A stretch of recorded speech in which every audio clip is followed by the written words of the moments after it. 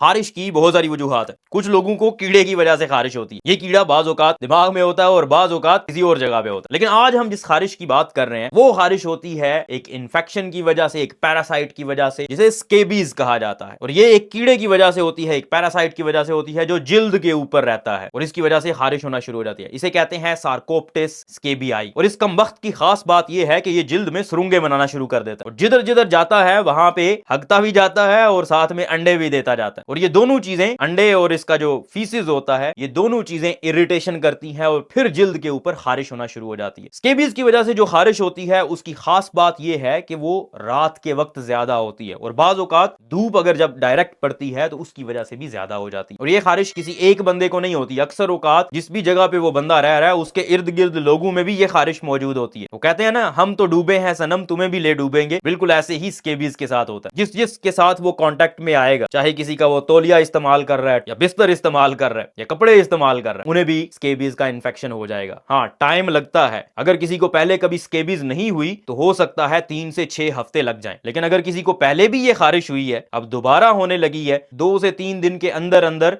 जब एक दफा कांटेक्ट हुआ उस बंदे के साथ जिसको खारिश है, उसे भी हो जाएगी। पहचानते कैसे हैं? क्योंकि खारिश की मैंने पहले भी बताया बहुत सारी वजूहात है। अब किस वजह से खारिश हो रही है, क्या ये वाकई में स्केबीज है या कोई और वजह है, तो ये पता चलता है इसकी अलामात से। पहले नंबर पे तो मैंने आपको बताया रात के वक्त खारिश ज्यादा होती है। फिर स्पेसिफिक एरियाज हैं जिस्म के जहां पे खारिश ज्यादा होती है। और वो कौन से एरियाज हैं? ये उंगलियों के दरमियान वाली जो जगह होती है, यहां पे खारिश होती है और यहां पे आपको लाइंस नजर आती हैं, वही सुरंगें सफेद रंग की यहां पे आपको नजर आएंगी। इसी तरह बाजुओं पे, यहां पे इस जगह पे खारिश होती है, अच्छी खासी खारिश होती है। फिर ये खारिश होती है पेरी अम्बलाइकल एरिया में, पेट में नाफ के इर्द गिर्द वाला जो एरिया वहां पे होती है। वेस्ट लाइन पे जहां पे बेल्ट बांधा जाता है वहां पे होती है। जो प्राइवेट एरिया होता है वहां पे बहुत शदीद किस्म की खारिश होती है और अक्सर वहां पे जख्म और छोटे छोटे दाने भी बन जाते हैं। तो अगर किसी को खारिश है जो बहुत अरसे से चल रही है, बहुत शदीद किस्म की खारिश होती है, रात के वक्त बढ़ जाती है और इन जगहों पे खारिश ज्यादा होती है और उसके इर्द गिर्द भी कुछ लोग ऐसे हैं जिनको खारिश हो रही है, तो ज्यादातर चांसेस यही हैं कि ये स्केबीज का मसला है। अब स्केबीज को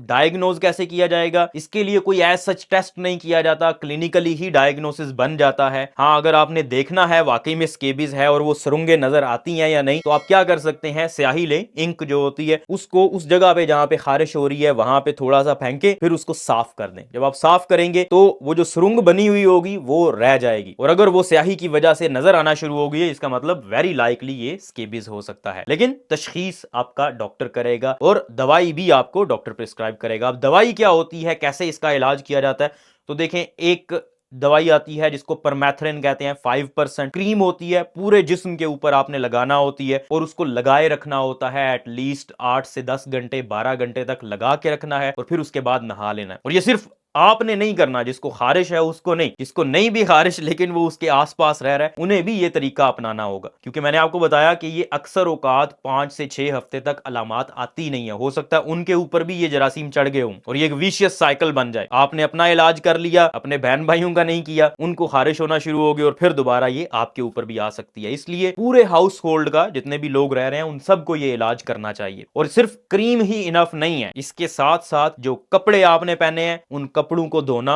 गर्म पानी के साथ बहुत जरूरी है, ताकि जो कुछ भी उसके अंदर है, ये जो कीड़े हैं ये भी खत्म हो जाए, इन कीड़ों के अंडे भी खत्म हो जाए और फीसिस भी खत्म हो जाए। अगर आप कपड़े धो नहीं सकते या कोई ऐसी चीज इस्तेमाल कर रहे हैं जो धो नहीं सकते, आप उसको 72 आवर्स के लिए, मतलब 3 दिन के लिए प्लास्टिक बैग के अंदर बंद करके सील करके रख दें, ताकि वो कीड़े उधर ही गल सड़ जाएं और मर जाएं। एक दफा आपने अप्लाई कर ली, फिर उसके 7 दिन के बाद दोबारा से ये कोर्स रिपीट करना है। दोबारा से एक दफा अपने जिस्म पे ये क्रीम लगानी है और खुद से नहीं लगानी, आप किसी से कह सकते हैं लगाने के लिए, क्योंकि पीछे कमर के ऊपर आप पहुंच नहीं पाते। एक बात का ध्यान रखना जरूरी है, अगर परमेथ्रिन से भी काम ना चले तो फिर बाज औकात एक गोली प्रिस्क्राइब की जाती है जिसे आइवरमेक्टिन कहते हैं। फिर से वही बात, डॉक्टर प्रिस्क्राइब करेगा क्योंकि इसके साइड इफेक्ट्स हो सकते हैं, किसके लिए ठीक है किसके लिए नहीं, ये आपको डॉक्टर बताएगा। बहुत सारे लोग ऐसे होंगे जो कह रहे होंगे कि हमें स्केबीज है लेकिन परमेथ्रिन से कोई फर्क नहीं पड़ा या आइवरमेक्टिन से कोई फर्क नहीं पड़ा, तो उसकी बहुत सारी वजूहात है। जो एक बहुत बड़ी वजह है वो ये कि एक दफा आपने जिस्म पे लगाई, उससे खत्म हो गया वो कीड़ा, लेकिन प्रॉब्लम ये है कि آپ کے بستر کے اوپر موجود تھا, آپ کی چیزوں کے اوپر موجود تھا, اور وہ دوبارہ سے آپ کے جسم کے اوپر آ سکتا ہے ان چیزوں سے, یا کسی اور کے اوپر جا سکتا ہے اور وہاں سے پھر آپ کے اوپر دوبارہ سے آ سکتا ہے. اور اس کی ایک خاص بات یہ بھی ہے کہ اس کی جو خارش ہوتی ہے وہ اتنی انٹینس ہوتی ہے کہ ایون جب یہ کیڑا ختم ہو جاتا ہے پھر بھی ایٹ لیسٹ 3 سے 4 ہفتے تک خارش جاری رہتی ہے. تو اس سے یہ نہیں آپ نے سمجھنا کہ خارش ختم نہیں ہو رہی اس کا مطلب وہ کیڑا مرا نہیں ہے. اگر خارش تھوڑی سی کم ہو گئی ہے اس کا مطلب